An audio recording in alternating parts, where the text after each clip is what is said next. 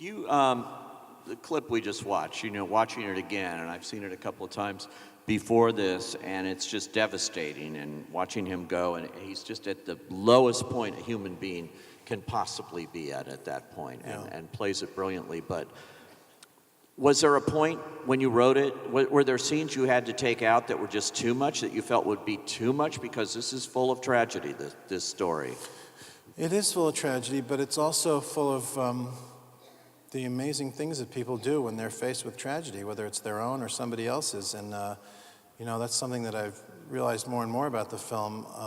It's just that, as we speak, all over the world, people are in terrible trouble. They're in hospitals, they're in battlefields, they're in morgues, and their relatives are there, and their friends are there in situations they don't want to be in, just performing these incredible acts of everyday heroism and just being there for each other. And, it's not, I do not have a Pollyanna attitude towards life by any means, but it is really moving to me how persistently and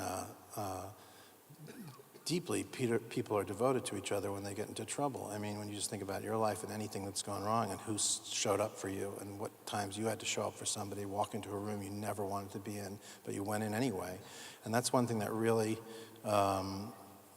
came through a lot in the story. That said, there were things in the movie that we shot a scene that we did cut of the children's funeral, Casey's children, and it was beautifully shot by our cinematographer, and Michelle Williams is there in another amazing scene out of, she's half a dozen scenes in the film. But, in trying to be respectful of those kinds of situations that people really have to go through, you don't want to push too hard, and you don't want to hammer the audience over the head with it, because nobody needs us to explain how tough life can be. I mean, you guys know that without being told by me.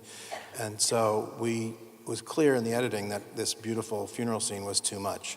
Having seen this flashback and knowing what happened to the family, it was clearly just abusive to go that far, even though the characters had to deal with it. There's a line between reality and fiction where, in a funny way, the fiction is stronger in a sense of communicating itself.